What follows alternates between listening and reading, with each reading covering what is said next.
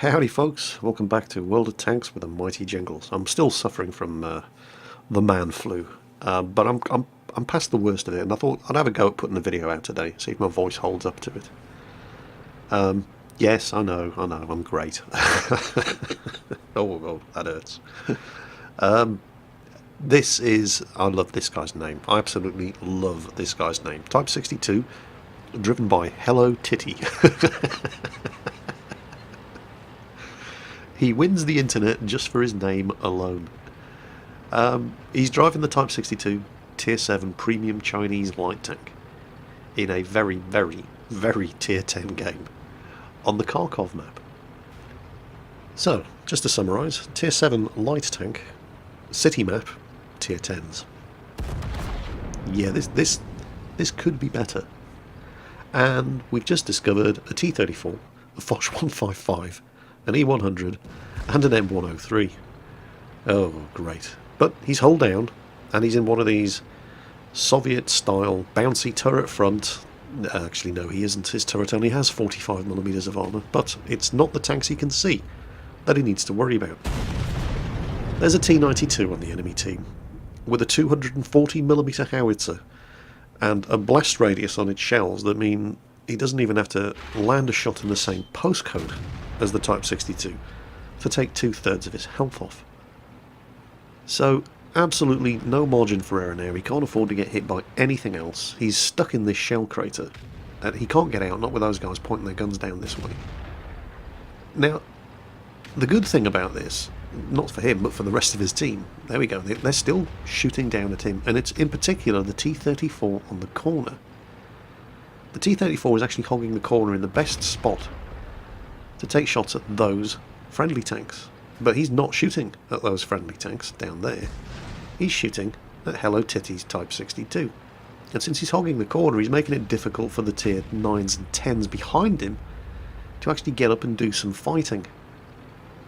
And pretty soon, the M103 gets stuck in as well. I think the Foch has already given up trying to shoot around these two guys and has moved elsewhere, looking for targets he can actually shoot at. The E100's still sticking it out, trying to get some shots in on the Tier 10s to Hello Titty's left. But the M103 and the T-34 are both fixating on him, and neither of them are hitting him. It's not through lack of trying. He's getting real nervous in this shell crater though. He's looking around him for a way out.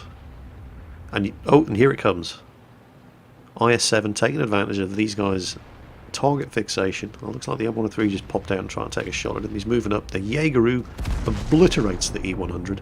T-34, even with an IS-7 closing in on him, still shooting at Hello Titty. The Foch he's long gone. Hello Titty plants one into the T-34. The M103's backing off. All kinds of support moving up to assist the IS-7, who's taken some hits. Two big boys, E100 just arrived to back up the IS-7, forcing these guys to withdraw. Oh, there's the Foch 155. M103 and T-34 both back off. Foch 155 pops up behind the IS-7 and E100. E100 turns around to deal with the Foch. The IS-7 continues the pursuit of the T-34 and M103. The T-34 actually manages to get away completely, but the IS-7 is going to chase down the M103.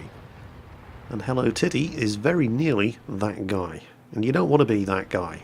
That guy sitting in front of Tier 10 tank destroyers who are aiming up around corners and blocking their line of fire. And he didn't do that. He realised what he was doing, and he immediately turned around and thought, sorry, got the hell out of there. The Jagdpanzer E100 missed anyway. But it's the principle that counts. Now this is where the Foch was last spotted.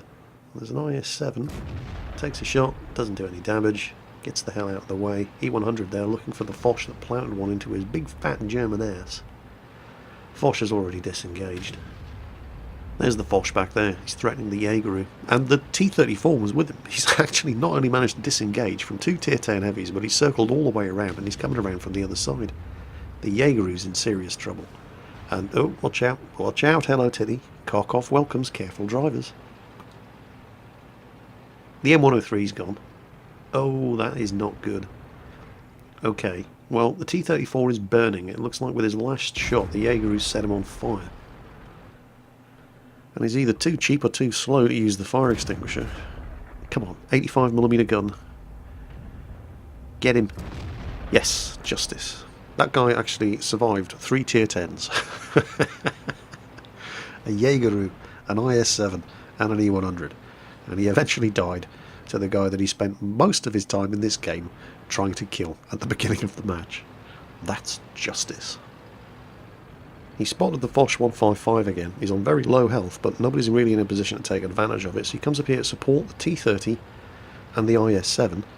And right here is... how lucky was that? Hit in the flank by an IS-7, and his tracks eat the damage. Now, if you're sitting there thinking to yourself, well, it doesn't get any luckier than that, well, you'd be wrong. And very, very shortly, we're going to prove it. For some reason, he keeps driving into the... I think these tanks are magnetic. And he's looking for the Foch 155, and then he finds him. Oh, crap. Oh, crap. Oh, shitty, shitty, shitty, shit. Did he just miss? He just missed.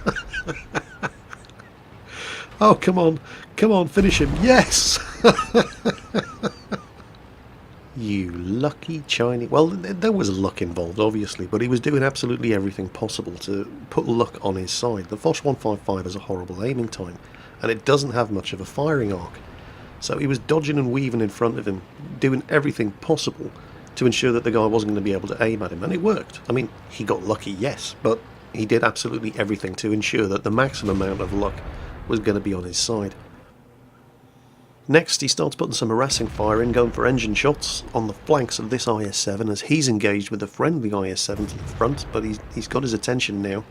He's trying to use the Waffle Tractor 4 as cover, but that thing is so flat. The only thing that can successfully hide behind the wreck of one of these things is an ELC AMX, so yeah, screw that. Let's get some real cover between ourselves and that IS-7's 130mm gun. In fact, let's get out of here entirely.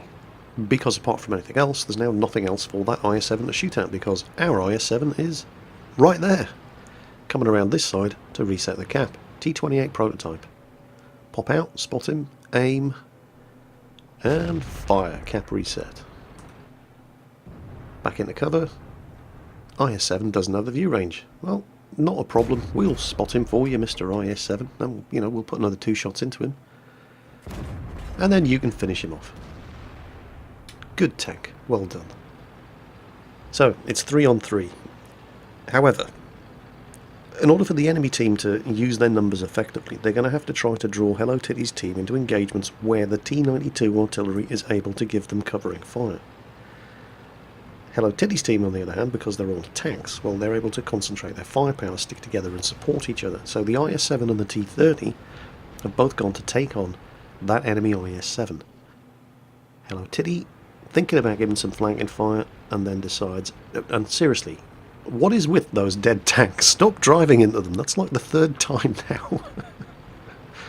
But yeah, instead he is going after the Spy Panzer, because the Spy Panzer is trying to put flanking fire in on the IS-7 and the T-30, so he's going over here to support him.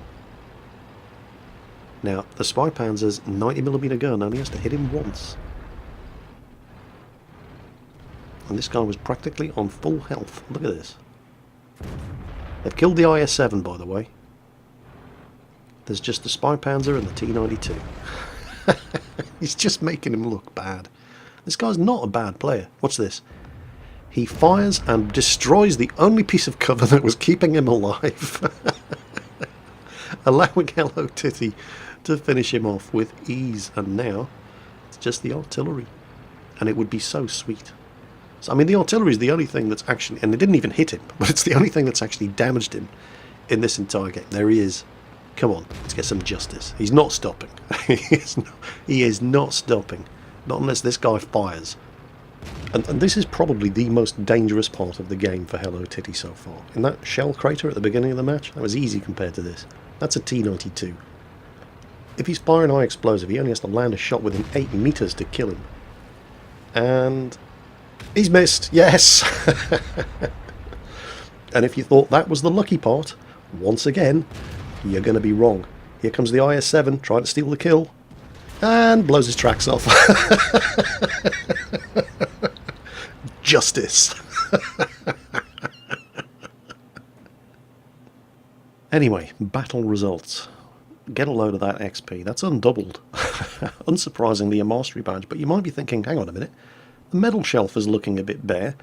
Where's all the spotting medals? Well, hold your horses. We're going to look at that in a moment. First, he was second in a tier 7 light tank in a tier 10 game. Second on damage done. Beat only by the friendly IS-7. 3,000 damage done in a type 62 light tank. And first, unsurprisingly, on XP earned. And I should hasten to point out that he doesn't play with a premium account. This is standard. If he'd been playing with a premium account, that would have been almost 3,000 experience, undoubled. And all of that was from direct damage done, because he did not get a single point, not 1 point of spotting damage in this entire game. All of that time that he spent in that shell crater at the beginning of the game getting shot at, not just by artillery, but by 2 tier 10s, a tier 9 and a tier 8, was a complete waste of time as far as experience is concerned. He got no spotting damage at all from any of that. Absolutely every piece of experience that he earned in this game, aside from the initial small experience award for actually spotting those enemy tanks, everything that he earned in this match was from damage done. So that was Hello Titty doing 3,000 damage in tier 10 match in the Type 62, the Chinese tier 7 premium light tank. Hell of a fun game to watch. Hope you enjoyed it. Take care, and I'll catch you next time.